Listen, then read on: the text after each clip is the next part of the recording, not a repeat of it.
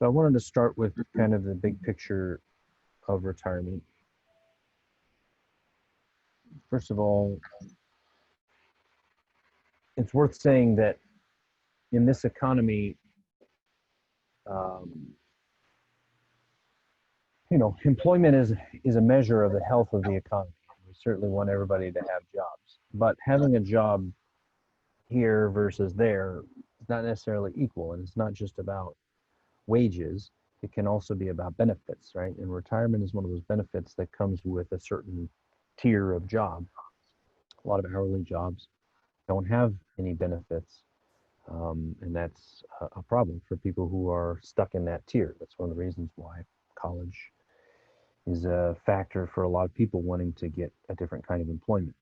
Um, in terms of the specific types of benefits, I mean, there's two main benefits that people talk about. There's health benefits, and then there's retirement benefits.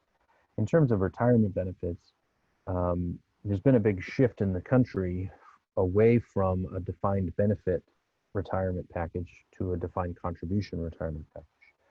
In simple terms, defined benefit was where after you retire, you would have a defined amount of money that was given to you every month. You'd have defined health care benefits that are, part of the package that you signed up for. And the word for that would be something like a pension. Now, some places do still have pensions, but a lot of corporations and entities have moved away from pensions because they're difficult to manage and they're expensive. So you hear a lot about places who are in trouble because of the pensions that they're responsible for, and they don't have enough money in their fund, and so. I mean, Chicago is a great example of a city that's struggling to meet the commitment of all of its defined benefit promises to people who have worked for the city and retired and are now drawing their, you know, monthly check and also their health care benefit. So, for instance, I've never had a defined benefit program. My employers have always offered me defined contribution programs, which basically means they'll give me a certain amount of money and then that goes into a retirement account. And then, however, the stock market does, that's how I'm going to do. So, there's pros and cons to that. Defined contribution really better for the employer because they don't have to worry about how long you live or what happens to the stock market. They just give you some money and then that's their responsibility. The onus then, the weight is kind of put on the employee to figure out how to manage their money and how to make sure they have enough in their retirement by the time that they get there and whenever they want to retire. So there's more responsibility on the employee and more pressure on the stock market to perform well in order for you to get the kind of return you want to get.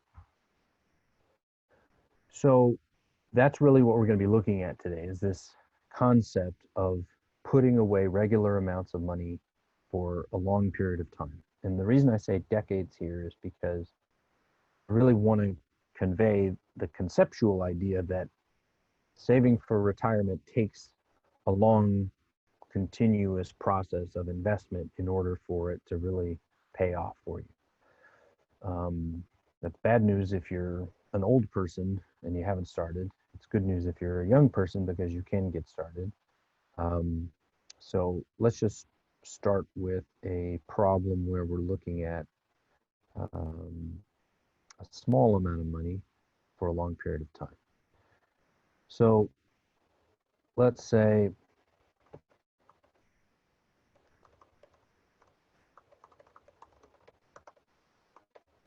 $50 a month, something small.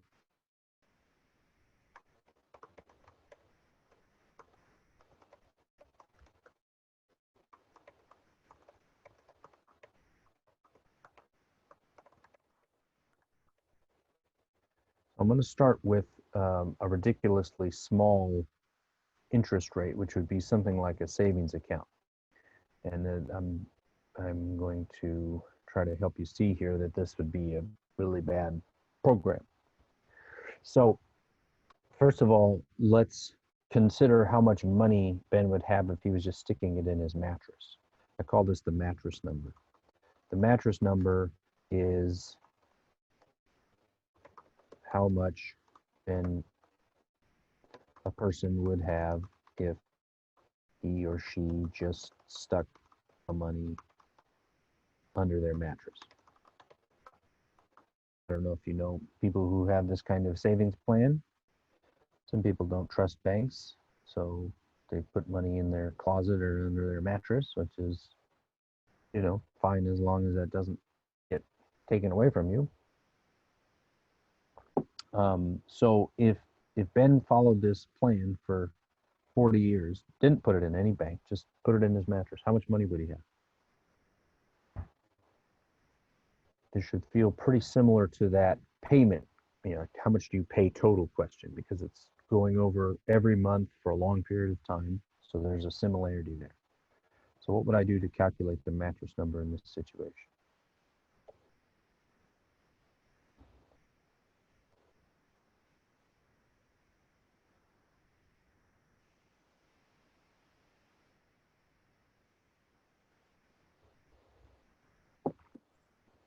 So wouldn't you do the 12 times 40 Yep. Times. times 50? Right, because that's what he's sticking away, right? So just putting it in my mattress, I'd have $24,000 saved up, which is, you know, definitely not a lot, not enough to live off of. I mean, it'd be a lot if I was, say, giving it as a present to somebody, but not that much if I'm talking about retirement. Now let's see how the FV formula works. So first of all, FV is very similar to PV, very similar to PMT and PV in terms of the structure. It's an Excel formula. So first thing is the rate, and it's how many months, and then it's the amount of money. So let's build this equation. Equals FV. What's the interest rate? 0.1. Right? And we're not going to write 0.1 because that's the interest rate. So how do I say that properly so Excel treats that as the right kind of thing? Percent. Sure, 0.1%. If I just put the percent sign behind it, Excel knows what to do with it. Now, this is a monthly rate, so we still have one more thing to do. Divided by 12. Good. And then the next thing is how many months is it happening for? So for 40 years, what would we do to get how many months? 2 times 40 times 12. Yep, 40 times 12. And then this is going to be minus 50. Same as the other two, we make that last number negative, just so the formula comes out correct. So let's see what it comes out as. All right. So how much interest did $485.42. Yeah. Yeah, that's a pathetically small number of interest for 40 years of patience and diligence. But that's the point about a savings account. Savings account is not meant to build your wealth and grow your retirement. That's not what it's for. It's really just for like backup emergency cash. So let's change this question. And let's look at a 2% return, a 4% return, a 7% return, and a 10% return. Okay? So we can take this formula and pop it in here. And all we need to do is change the percentage. And in fact, I can use a cell reference and I can just do this calculation, and then I can use autofill. So this would be the total and this would be the interest earned. So if I did it at a 2%, the same situation, $50 every month for 40 years, right? And I could take out the 24,000 and that would show me how much interest was earned. So here I've earned about $12,000 of interest. Not bad. I mean, I haven't even doubled my money, but you know, way better than $400 of interest. Let's look at the next one. Okay, so at 4%, I would have more than doubled my money. So my interest earned number would be 35,000. Now getting up into 7%, this is, if we're talking about average annual return at the stock market, 7% is pretty conservative. So we would hope that we would at least make 7%. Now I've earned $100,000, and 10% is what you'll get if you Google average stock market return. So right now it's looking like over the last couple of decades, it's been about 10% return year after year. Now that's not a smooth 10% because sometimes there's drops like there was in February and March. There's a huge drop in the stock market. But if you let your money sit there and you let it grow, the idea is that it bounces back and it continues to grow. So you can look at those stock numbers and you can kind of track a growth pattern, which is exponential. Okay, this is still not enough money to retire on, but you know, this is a nice chunk of money based off of just small $50 investments for 40 years. And that's a lot of interest earned over that time. Okay, any questions about those calculations? Let's do another problem.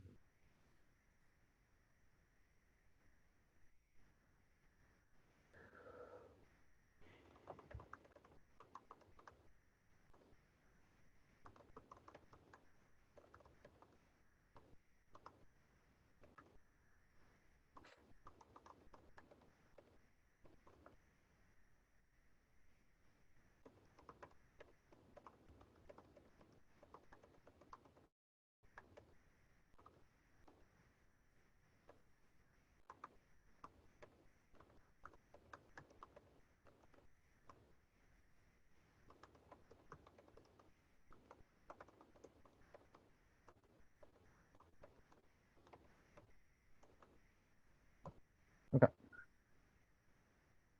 So taking something a little more short range, I'm thinking about children in college. This is a $100 investment every month for 18 years, and you're getting a 5% return. So how much would there be for her daughter after 18 years of doing that?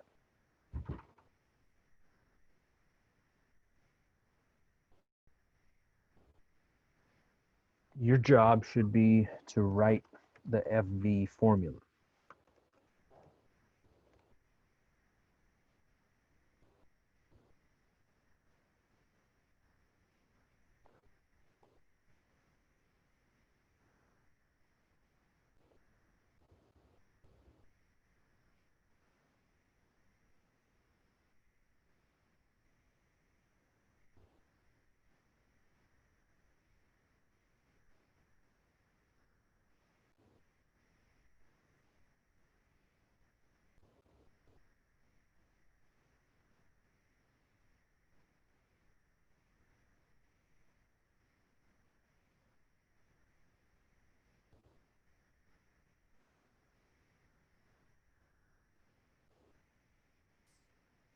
Okay, so just to write it out.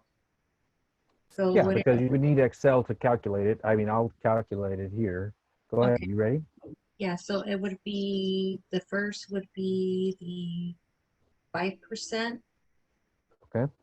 divided by the 12. Very good. Then we got to figure out 18 years. Well, you don't have to. Excel will do it for you if you just want to type 18 times 12. Mm-hmm. That's fine. Or you can calculate it. And then you would take away the $100. So it's minus 100. Mm-hmm. Good. Okay, let's see what it is. $34,000, which, you know, if you're going to community college, that's definitely going to cover costs for several years. If you're going to a big 4-year university, especially if it's out of state, you know, maybe that's going to cover 1 year of tuition. Who knows? Depends on what the plan is. College is crazy expensive now, and it's a big problem. a lot of student loan debt in this country. A lot of people with student loan debt. Okay, let's look at the difference of the percentage. So if we change this up to 10%, again, that doesn't quite double it, but it makes a big difference. You don't know what you're going to get really in terms of these investments. Safer investments that guarantee a certain return, you can get 4%, 5%, that kind of thing. If you put it in the stock market, you can get a higher return, but there's risk involved because if the stock market crashes, then the value of your investments go down. Okay. One of the conceptual things that I want you to appreciate here is that if we reproduce this situation and Leah does this, but after her daughter is 9, but she puts in $200 a month, is it going to turn out the same for her? So the reason I went $200 for 9 years is because if you look at those two calculations, 12 times 18 times 100 and 12 times 9 times 200, these turn out to be the exact same number. That's the same amount of money invested.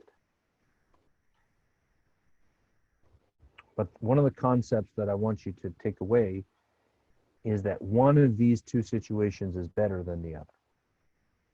Can you guess which one ends up with more money?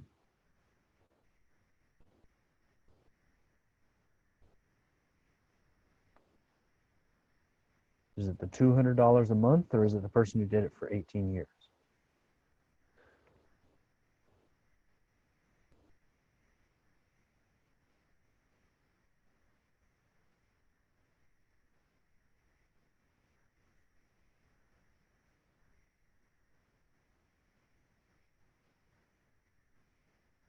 I would say the one for the 9 years. Okay. The Shorter. person who put in more every month Mhm. is going to end up with more money. Okay, let's find out.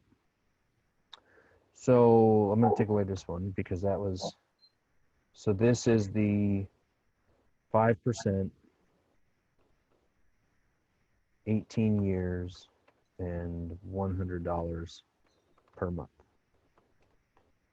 Okay, so I'll do here the 5%, but for 9 years and at $200 per month. We'll add up probably the same. This is half figure. Well, they might end up the same, right? Mhm. Let's find out. So we do 5% divided by 12. Here we're going to do 9 times 12, and we're going to do minus 200.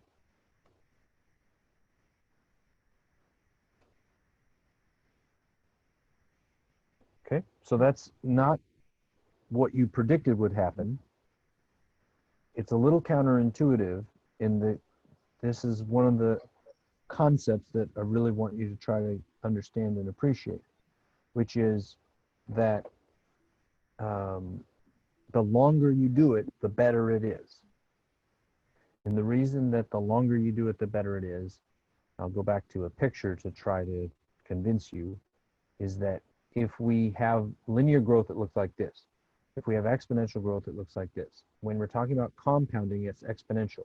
So your really big payoffs, your big increases happen at the further on you go down the graph. So you want this to go longer, right? This is the sad news about people who are older starting later. You can't just make up for it by doubling your investment and doing it for half as long. It doesn't work. You want to be able to invest a little amount for a long period of time. That's going to be better than, say, cutting it in half and doubling your investment. Okay, so that's the FV formula, and really that's all that you really need to be able to do with that kind of problem is, of course, you can't use Excel on the test. You need to be able to write the FV formula, and then they would ask you a question about, here, let me find a question that's similar to what it typically looks like on the test.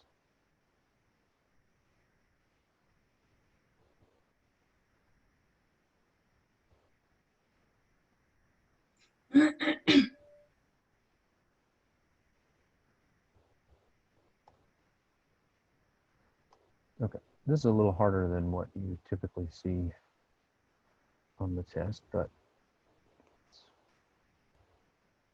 good representation of it. Okay, now I'll help you with the first part, this matching concept. They do talk about this in the book, so if you go back and watch the videos that Becky does, she'll kind of walk you through a specific example of matching. But basically, the concept of matching is a benefit, a way of determining how much the employer gives, a way of incentivizing you to save more, because the more you save, the more they'll match, usually up to a certain amount. So basically, a 50% match means that for every dollar I give for my retirement, they'll put in 50 cents. If I put in $2, they put in $1. I put in 10, they put in 5. I put in 100, they put in 50. So I'm deciding to put in 300. How much is my employer going to put in? 150. And then that total, when you put those two numbers together, that's the monthly number at the end. So remember, the structure of FE is the same: percent, months, dollars. Okay, so 7%, and then what?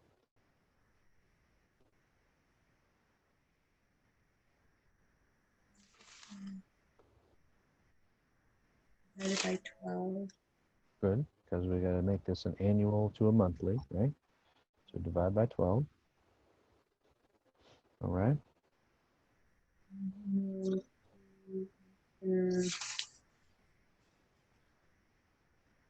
The 20 years times 12. Yep, because we're figuring out how many months we're going to do this for. All right, and then this is where the matching comes in.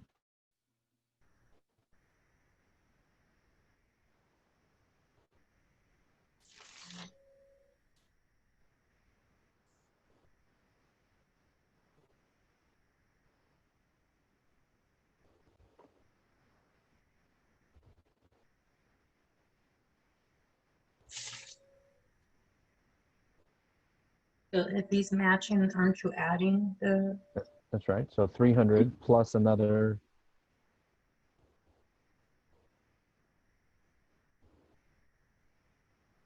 Plus another 150 because it's half of 300. That's right. So 300 plus 150 is 450. good. Okay. That's where that 234,417 came from, but you don't have to do that.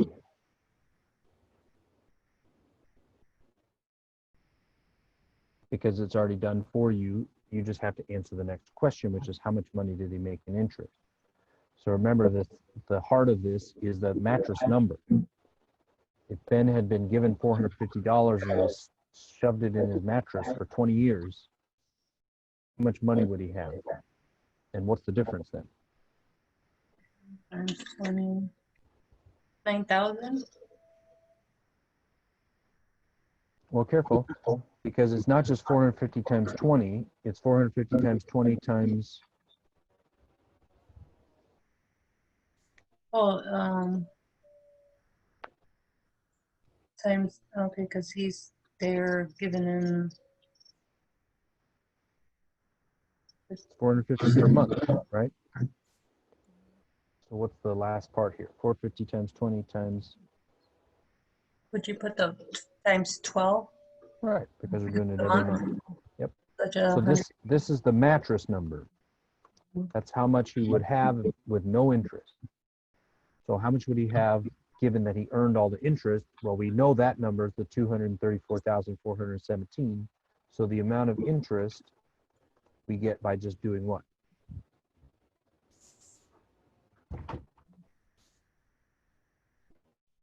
Or just subtract. Good. So earned about $126,000.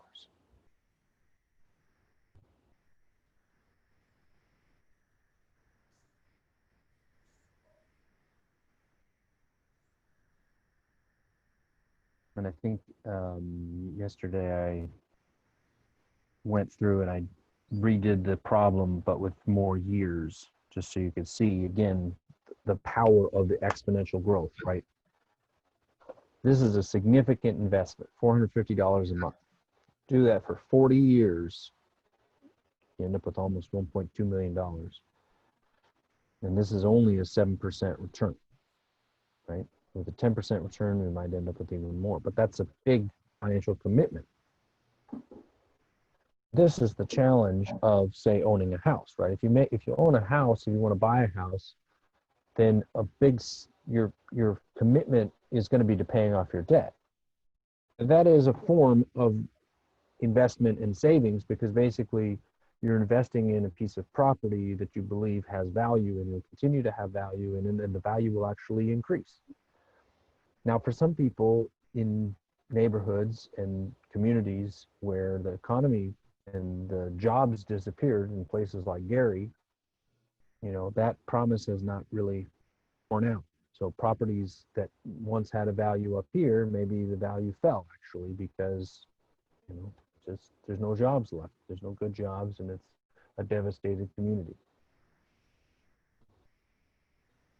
So there is some risk to real estate investment as well. But those are kind of the two big ways that Americans, try to do something with their money to make sure that they'll be taken care of at the end of their life. And of course, Social Security is the governmental system that backs up old people and was invented in the 30s in order to provide some kind of safety net for old people. And a lot of times, Social Security checks aren't all that amazing, and people struggle to live off of that. These are, in some ways, that's a much bigger policy question about how do we take care of our old people so we don't have to have 70-year-olds working at Walmart to try to have enough money to live off.